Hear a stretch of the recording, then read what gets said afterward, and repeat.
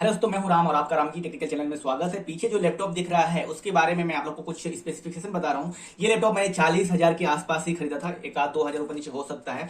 कई सारे लोग पूछ रहे थे कि ऐसा मतलब लैपटॉप बताओ जो 40,000 के रेंज में हो और मतलब काफी बेस्ट हो। कई सारे लोग मॉडल नंबर भी पूछ रहे थे कि भाई जो लैपटॉप बता रहे हो उसका मॉडल नंबर बताओ। मैं अब आप लोग को क्या बता दूं, देखिए मैं आपको मॉडल नंबर बता दूं तो भी उसमें कई सारे जो है स्पेसिफिकेशन अलग अलग होते हैं, आप लोग को कंफ्यूजन होगी। मैं आपको पूरा पूरा जो एक मतलब 40,000 के रेंज में, 40,000 रुपए के रेंज में मैं जो जो चीज बता रहा हूं इस वीडियो में, उन सबको आप देख लो अपने किसी भी कंपनी के लैपटॉप में, वो आपका बेस्ट लैपटॉप होगा। तो चलिए शुरू करते हैं और जानते हैं कि कौन कौन सी चीजें हैं जो 40,000 रुपए के रेंज में बेस्ट बनाती है किसी भी लैपटॉप को। तो सबसे पहले जो देखिए, सबसे पहले आपको 40,000 के रेंज में 4 GB का रैम लेना चाहिए। DDR4 रैम होना चाहिए, और इससे भी अगर बड़ी टेक्नोलॉजी मिल रही है तो आप ले सकते हो। ठीक है, DDR रैम 4 GB कम से कम होनी चाहिए। अब मैं 4 GB का 40,000 के रेंज में 8 GB रैम वाला भी होता है लैपटॉप, लेकिन उसमें मैं 8 GB नहीं बता रहा हूं क्योंकि और फिर फीचर्स कम हो जाएंगे। ठीक है, तो आप पहले सुनो कि मैं जो बोल रहा हूँ 40,000 रुपए के रेंज में जो लैपटॉप लेने के लिए, जो खरीदने के लिए, उसमें क्या क्या चीजें होना चाहिए।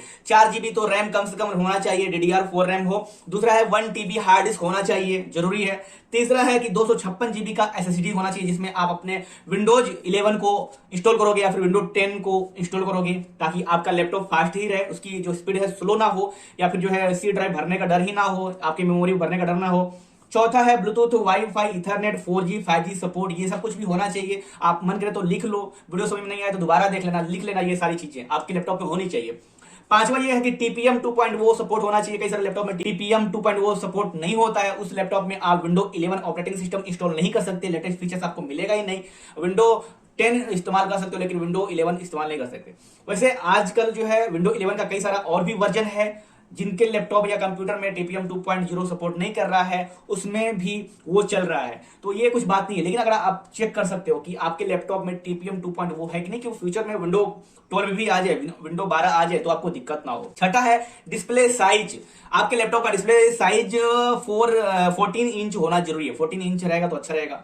ठीक है, इतना मतलब सफिशियंट है। सातवां यह है इंटेल का प्रोसेसर होना चाहिए। इस रेंज में 40,000 रुपए की रेंज में इंटेल का प्रोसेसर मिलना भी अच्छी बात है, अच्छी क्वालिटी का मिले तो।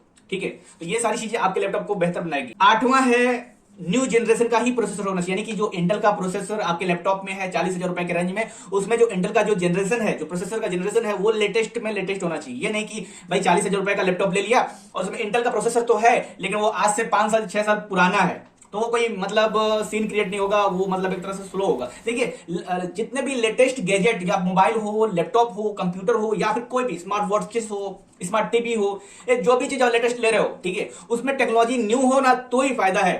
अदरवाइज आप जो है पुराने पर मतलब पुरानी टेक्नोलॉजी लेके तो आप नई चीजें उसमें इस्तेमाल नहीं कर सकते। जैसे कि मेरा जो है सैमसंग का टैबलेट है, ठीक है, तो उसमें उस टैबलेट में मैं गूगल क्रोम को अपडेट नहीं कर सकता, गूगल क्रोम पुराना वाला ही चलेगा। Updated version Google Chrome app मेरे इस सैमसंग गैलेक्सी जो टैब है उसमें नहीं चल रहा है, तो कोई मतलब नहीं, वो 2016 का मॉडल है। तो आपको अपने लैपटॉप को लेते समय, खरीदते समय ये ध्यान देना है कि आपके पास जो इंटेल का प्रोसेसर है वो लेटेस्ट जनरेशन का होना चाहिए। जनरेशन है वो कम से कम 10th जनरेशन, 11th जनरेशन का लैपटॉप तो होनी चाहिए, ताकि आपके लैपटॉप में जो टेक्नोलॉजी यूज की गई है वो काफी फास्टर हो, तो आपको काम करने में मजा आएगा।